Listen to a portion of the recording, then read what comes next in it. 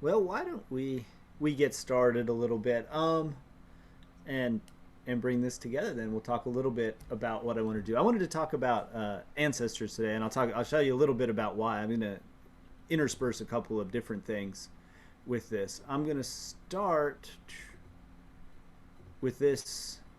Oops, not that. See, that's not the thing I meant to start with. I'm going to start with that.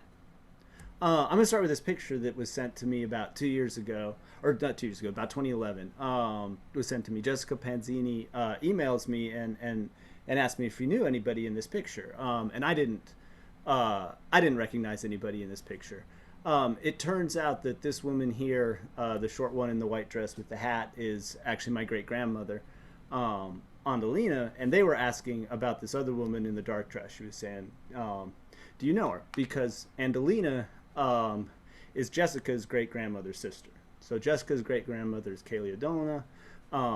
Andalina was her sister, and they're asking about this woman, Emma, who it is. And at that point, I didn't really know who Emma was. I didn't know who Jessica was. I just met her because she emailed me. All right. So that's why I wanted to bring this up, because it started that.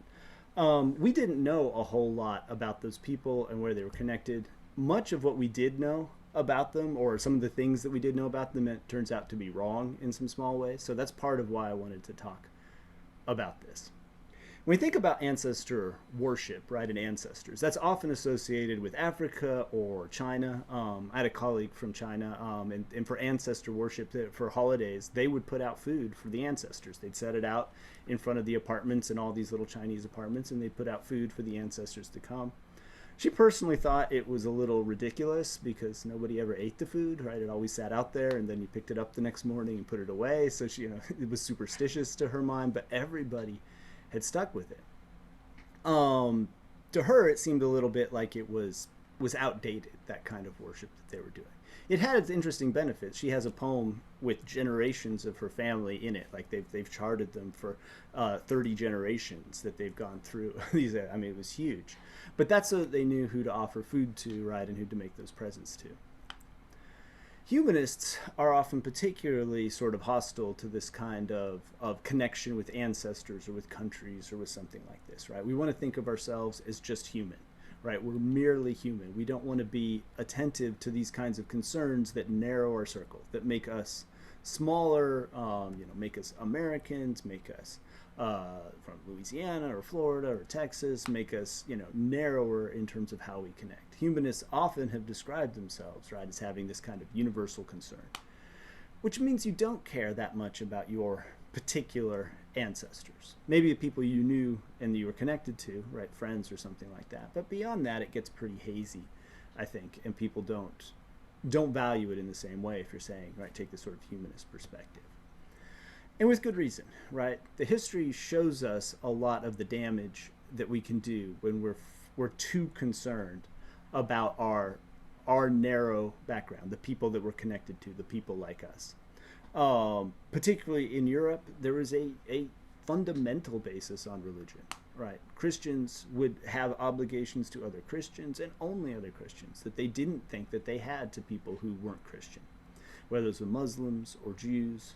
A lot of the abuse of Jews in Europe stems from this idea that they weren't Christian, right? They didn't have this in common. They weren't part of the community. So this was a group of people that, right, aren't thinking of themselves as just human. They're thinking of themselves as having a particular feature that holds them together, connections, and that justifying the damage that they do to other people. The colonization that we saw around the world was driven by Christians. And part of the justification was often that they needed to convert people, right? We needed to bring people in. That we don't have obligations to these savages around the world. So the history of this narrow focus has been one that's been quite destructive. When it comes back to countries, we can see the same kind of thing, right? Countries go to war with each other. They fight with each other. People who have no problem and no grudge with each other end up trying to kill each other, right? Simply because of the narrower group that they're a part of. I think recently we've seen a lot that there's no easier way to move people to be violent, to be aggressive, than conjuring up some sort of threat to them or their family, right? Their loved ones. And so, yeah, we can see where arguing for a universal concern, for care about humanity, humans as such, right? Not caring about where they come from, not caring about their particular story or their particular background, right? Might be an antidote to a lot of the kinds of discrimination that we've seen. And in the history of ideas, we saw that develop. This is one of the things that you see in the United States. We got the 4th of July recently. This is one of the ideas behind things like the Bill of Rights and the inalienable human rights. That human in front of it was new, right? That human in front of it saying, you have that just because you're human.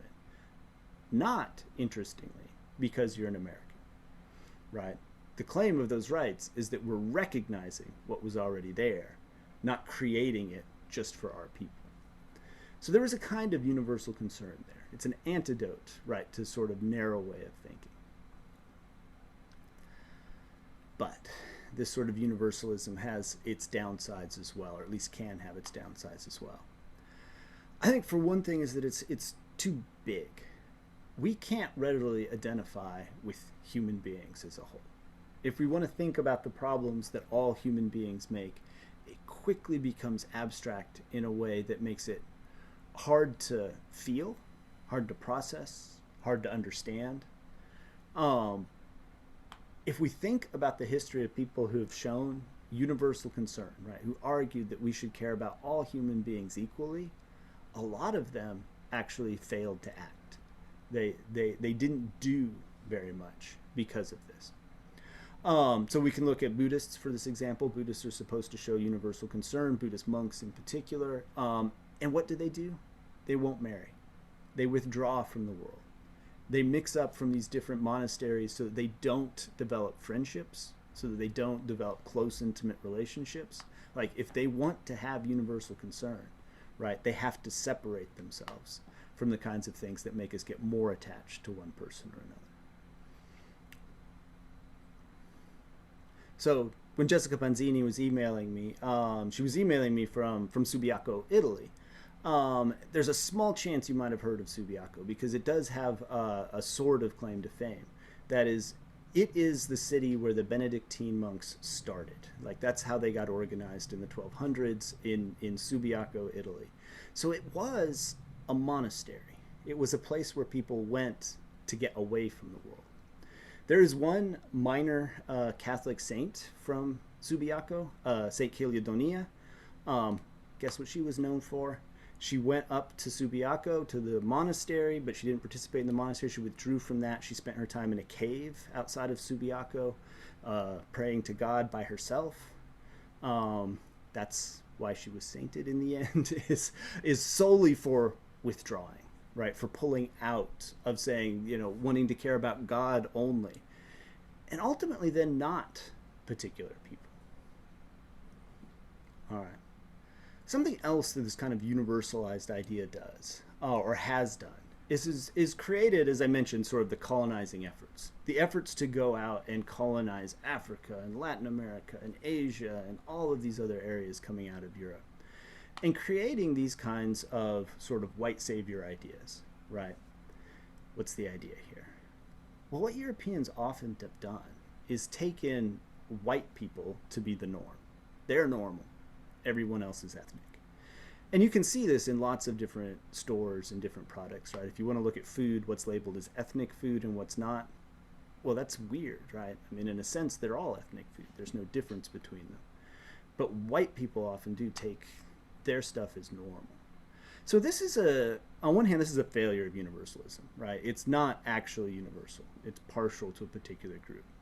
But it's seeing themselves as the norm, as the average, as just human, and not recognizing their specificity, their particular place, the particular era, right, where they need to start. All right, so I want to bounce around and show some different parts of this. So one of the documents, it keeps going to the wrong one. One of the documents that I was able to find was this. So this is the census of the United States in 1930, Weld County, Colorado. This is where my great-grandfather had immigrated to. When he immigrated in 1912, it was to work for the mines in Colorado, to work for J.D. Rockefeller. He owned the mines out there. If you look way down here at the bottom, the last two columns, you can find them. There's Cicchetti Mike and Andalina. Their kids are off on the next page. I found some really sort of interesting things in here. So for one thing, you can see this column here where there's a little smudge. You can see my cursor. That's the column for race. There's only two kinds of races represented here, right, in terms of this one. There's a W and there's an MEX, right? So Mexicans and whites are what they're talking about here. But if you notice Mike, they'd written something else. They'd written Mexican and then they wrote white over the top of it. They didn't do this in 1920. That didn't happen. Well, what had changed? Well, we can see some other factors that are in here. If you flow down across this side, he's a laborer, he's a coal miner, that's what he was doing. This column here for employment, there's a no. So in 1930, he was an immigrant, right? He'd come to the United States to work, and he had been working in the mines. But in 1930, he's not. He's unemployed. He's number 43 in the unemployment lines. So we're seeing some interesting things to me. It's like, what can we make of this particular element, this particular piece of this story? They're characterizing him as foreign. Foreign is Italian, foreign is Mexican.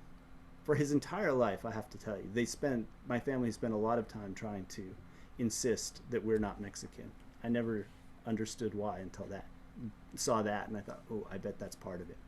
I bet that's what happened, right? We got a moment where they're characterized as something else, right? As something that they weren't. Because they weren't wanted anymore. In 1930, right, he's unemployed. The stock market has crashed. They're starting to have doubts, right, about whether they should be here.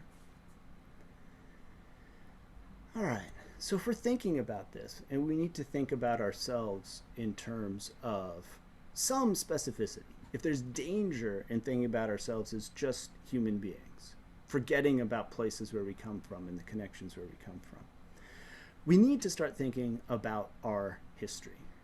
So I had mentioned that what we had known about my grandfather was not 100% right.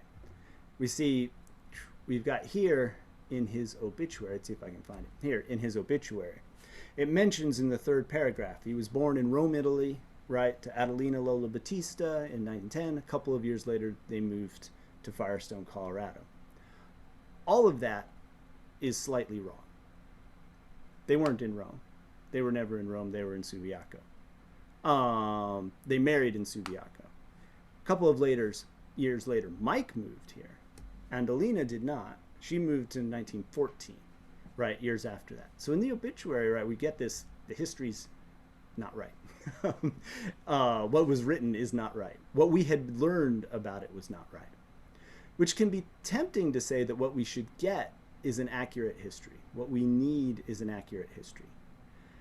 The thing is that you can't have a fully accurate history. Think about it this way, right? Maps have to be simplifications. They have to show some things and not others. They have to be smaller than what you're looking at. If you had a map that was actual size, it would be of no use whatsoever, right? You couldn't do anything with it. But then how you simplify that map requires various choices. You have to choose what it is you're emphasizing and what you're leaving out, what you're shrinking and what you're holding on to. Well, the same sort of thing applies to us as human beings. If we just think about how many people are our ancestors, right, if you want to think about that. Genetically, you've got two parents. A lot of our families are blended, so there may be more than that you count in one way or another, but you've got two parents genetically, they've got two parents genetically, they've each got two parents genetically, and so on. It doesn't take long before the number is huge, right? Before you're dealing with hundreds of people to be thinking about. So when we talk about our history, we have to simplify. We have to narrow it down. we have to choose what we're going to represent, what we're going to connect to, and what we're not. Now, that's not the same thing as falsifying history, right? People want to say they want accurate histories. Well, you can tell two different histories with facts that are the same, just by choosing what you emphasize and what you don't, what you drop and what you won't. But that means when thinking about who we are and where we come from, we have to start thinking about how we are constructing our histories, how we're pulling together the pieces of what we were, of who the people we've been connected to are, and therefore how we sort of fit in. If we think about this sort of idea of America, like one thing that I could see from what I've shown you, right, is that Chiquettes don't get here until 1912. We weren't here when it was founded, right, on that side. There were none of us. It was not an America that I was born in. But then that reminds me of something that Martin Luther King said famously, right? When he says that America wrote a check, right, about freedom and liberty, and that it had been, for black people, it had bounced back saying insufficient funds. I love that idea, right? Because it tells us something else. Nobody was born into the America of our ideals. No one has ever been born into the America of our ideals. When we want to look back at American history, we've got to simplify, right? We've got to say, here's what we're focusing on and here's what we aren't. What King has done with that statement, and I think it's so beautiful because it encapsulates it so quickly, is it got two parts here, right? There's an America of the promise, right, of what it could be that he's identifying with, right, that he wants to be, that he's part of. And there's the America as it actually was, that he's faulting, right, for coming up short, for missing certain components. The ideas that he's cashing in, right, he's drawing a line through certain ideas and saying, these ideas matter. And skipping other ones, right, that aren't there. And saying, well, these things, but not just ignoring them, right? Saying, they're a failure of us to be what we should be. Okay. So now what we're doing with this history, what he's doing with that history, is pulling together pieces, right, to try to construct different views, to see the world as he does it from two different directions. In his case, he's got the promise that he's talking about, the check that was offered, and the failure, right, to deliver on that check. As we were digging through my family history, I found out some other interesting pieces. In 1944 is when my grandmother finally naturalizes. My grandfather naturalized in 1935. She naturalizes in 1934. She becomes an American citizen. Something else happened in 1944 as well. The U.S. enters the war against Germany and Italy and Japan. Subiaco, where her family was, where her sister was, where Jessica's great-grandmother was bombed in 1944 by Americans at the same time. My grandmother says she almost got deported because she put out what she claims were just red, green, and white cloths on the porch, but when the citizens showed up to sort of check, she was saying, "Oh, I had no idea," but she says that she almost got deported during that time. For me, what that does is it enables us to see this story a little bit from each side. Italy was the wrong side of that war, and I don't think there's any question about that. In fact, they celebrate that in Italy today. The birth of the Republic is when they were liberated from Mussolini. That's their 4th of July that they celebrate these days. But for great-grandma, right, she had family that were receiving those American bombs. She had become an American citizen, so she was both, right? She was both, seeing both sides of this. So for me to be able to see that from a particular location really highlights some of the drama, some of the difficulties, some of the challenges, right, that people were looking at when we were dealing with this.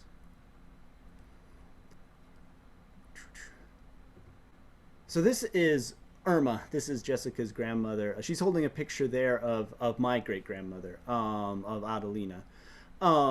this is when we got in touch because she was asking, as I said before, about Emma, and who she was, because we didn't know anything about Emma and she didn't know anything about Emma. Just it was somebody who was there. So I was able to dig this up. It can take a minute to process. At the top it says Ati di matrimonio, right? So this is a marriage certificate. The names over here on the side can be a little hard to read, but the top says Cosimi Benedetto, so they do the last name first. So it's Benedetto Cosimi and Emma Attani. So this is her marriage certificate in Italy. If we scroll down here just a little bit, number 2 identifies Emma.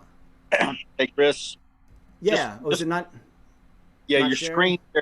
screen share is not showing. Just I'll get it. I'll get it for you. Thank you. we would There we well. go. Now you now you can There see you it. Now you can see it. go. Okay, just saying. So if you look here, the names are over here. If you look down here at the side, you can see Figlia di. What that means is the daughter of, right? There's not 2 words there. There's not 2 names there. No residence for where this person lives. She's not the daughter of anyone, according to this. Right, what's on here. So Emma was orphaned. Emma somehow or other lost her parents. When we started asking about this to other relatives, my dad's sister actually had heard about this, that something had happened, that somehow she got adopted. She got integrated into the family. For me, I think part of what that story ends up meaning, right, it starts talking about how we're able to bridge some of this. My great-grandmother has written letters, there's parts of it, always refers to Emma as mia sorella, as my sister. Never raised any sort of question about it. Biologically, though, she wasn't, right? She wasn't part of us. She wasn't in there. Yet they integrated her thoroughly. This then struck me as one of the more interesting pieces. There was weight in here that came afterwards. This is the ship manifest for when my grandfather, our great-grandfather came over. If you look down here on number 21, you can see him, Cicchetti Arcangelo, when he came across. And right below it is Benedetto Cosimi. That is Emma's husband. So we see there's a bunch of guys here from Subiaco who came over together.